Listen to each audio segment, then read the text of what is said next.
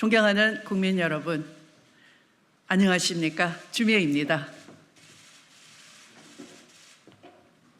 지금의 대한민국은 민생, 평화, 민주주의 3대 위기를 한꺼번에 겪고 있습니다.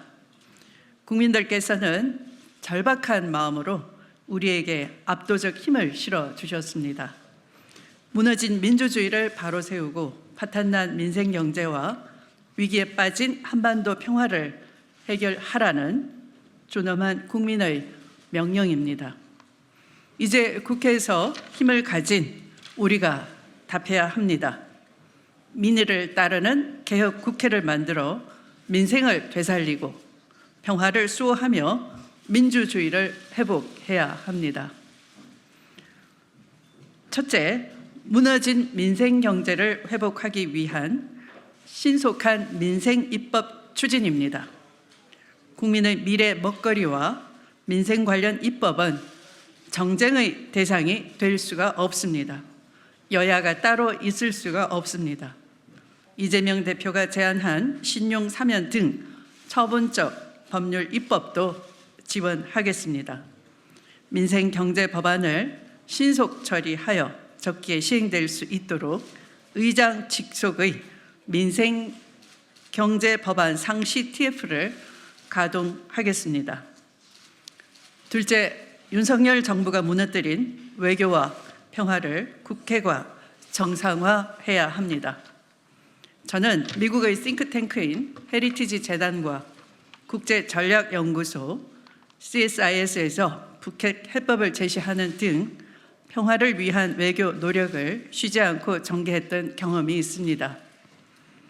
집권 여당 당대표로서 4강 외교와 평창 올림픽 성공적 개최를 위해 낸시 펠로시와 시진핑 주석, 러시아 볼로딘 하원 의장을 만나기도 했습니다. 민헨 안보회의에 참석해서 정전체제 종식과 평화체제 구축을 설파하는 외교적 노력도 다 했습니다. 이런 저의 경험과 성과를 바탕으로 국회가 나서서 망가진 외교를 복원해내겠습니다. 세 번째, 무너진 민주주의를 바로 세워야 합니다. 압수수색과 무더기 기소로 온 나라를 공포 분위기로 몰아가는 검찰 독재 정부는 언론 통제 등 비판적 목소리마저 입틀막을 자행하고 있습니다. 국회의원의 입을 틀어막고 사지를 들어서 끌어내는 만행을 자행하기도 했습니다. 검찰권을 남용해서 야당 대표에 대한 무차별적인 사법폭력이 자행되고 있습니다. 더 이상 민주주의가 무너지는 것을 침묵하거나 방관하지 말라는 것이 이번 총선 민심입니다. 민주주의의 꽃이자 최후의 보루인 국회가 앞장서서 민주주의를 지켜야 합니다. 그래서 개혁의장이 꼭 필요합니다. 넷째, 미국과 유럽 등 선진국은 미래를 위한 대전환 준비를 착실히 이행하고 있습니다. 대전환 준비는 미래 먹거리와 직결됩니다. 그러나 윤석열 정권은 이에 대한 준비가 전혀 없습니다. 수권 정당인 더불어민주당이 실효적인 정책으로 법안을 준비하고 국회는 신속하게 이를 관철해내야 합니다. 저 주미애는 미래를 위한 대전환 입법에도 지원을 아끼지 않겠습니다. 신뢰의 정치와 책임 정치로 정치를 복원해내겠습니다. 저 주미애는 어려운 시기마다 정치적 결단을 통해 책임 정치를 실천했습니다. 제주 4.3 사건은 무고한 민간인 수만 명이 희생된 역사적 인권 문제였음에도 불구하고 이념 갈등에 사로잡혀 해결하지 못했던 국가폭력 사건이었습니다.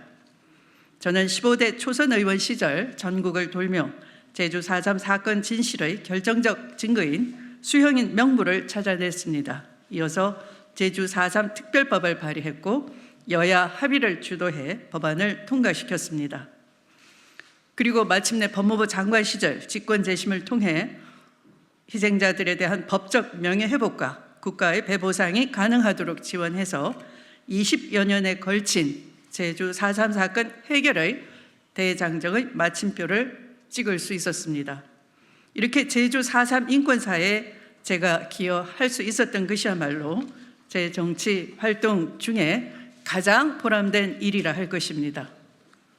지난 2016년 박근혜 대통령 탄핵 국면에서는 당시 청와대는 야당 출신 총리를 임명해서 시간 끌기를 했습니다. 그리고 정치권 일각에서는 거국 내각과 국회 추천 총리 및 개헌을 주장하기도 했습니다.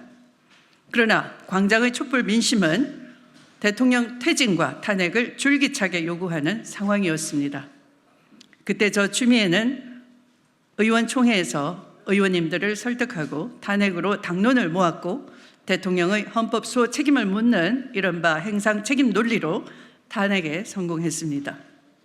그때 정치적 결단과 저를 믿고 함께해 주신 의원님들이 아니 계셨다면 계엄령 등 국민이 위협받는 최악의 상황이 발생할 수도 있었을 것입니다.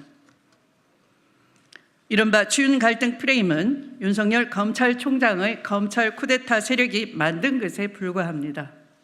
보수 언론과 보수 진영이 윤석열 영웅 만들기에 몰두하고 있을 때 법무부 장관으로서 윤석열 총장의 본인과 가족의 관련된 비리 의혹을 끝까지 밝혀 싸우고 징계를 했던 것입니다. 1심에서 검찰총장 징계가 적법하다는 판결이 있었고 이에 추미애가 옳았다고들 합니다.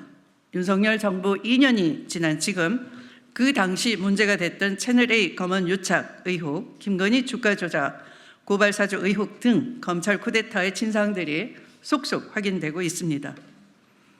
대통령 윤석열의 실체를 본 국민들께서도 제가 틀리지 않았다고 생각하시리라 믿습니다.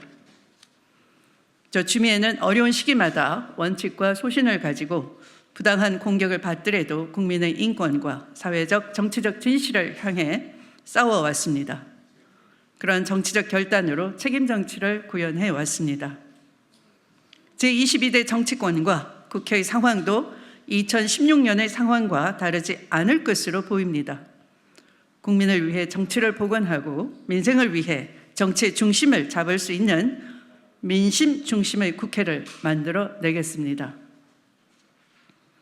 존경하는 국민 여러분, 저는 제22대 국회의장에 출마를 선언하며 다음과 같이 약속드립니다.